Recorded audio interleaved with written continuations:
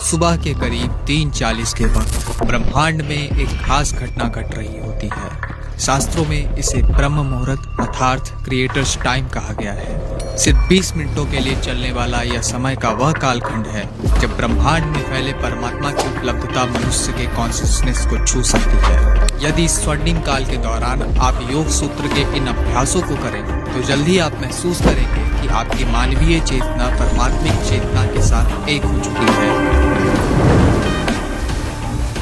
आदिकाल से ही समय का एक खंड योगियों के लिए खास रहा है, जिसे उन्होंने ब्रह्म मुहूर्त बताया है। सूर्य उदय से ठीक 1 घंटे 36 मिनट पहले कॉस्मोस में बनने वाले इस महायोग के कारण जब धरती 23.5 डिग्री के झुकाव पर होती है तो कॉस्मोस में एक द्वार खुलता है।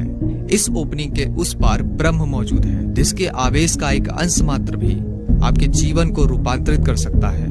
अगर योग सूत्र के सांभवी मुद्रा को भी देखा जाए तो उसमें भी ये जिक्र आता है कि यदि अपने सिर को 20 डिग्री के ऊपर रखकर सांभवी महामुद्रा को करे तो ये हमारे पाइनियल ग्लैंड के रिसाव को सक्रिय करती है।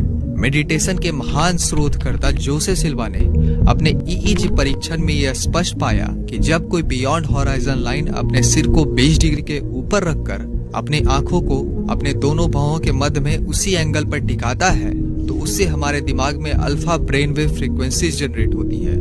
ये वही ब्रेन वेव फ्रीक्वेंसी है जो हाई परफॉर्मिंग इंडिविजुअल में उस वक्त बनती है जब वो फ्लो स्टेट में होते हैं।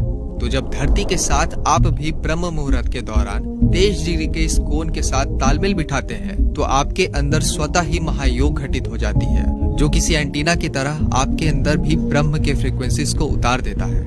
आगे मैं आपको योग सूत्र के 3 ऐसे ही अभ्यासों से अवगत कराने वाला हूँ जिससे आप भी उस द्वार में प्रवेश पा सकते हैं। पर समस्या ये है कि अथक प्रयासों के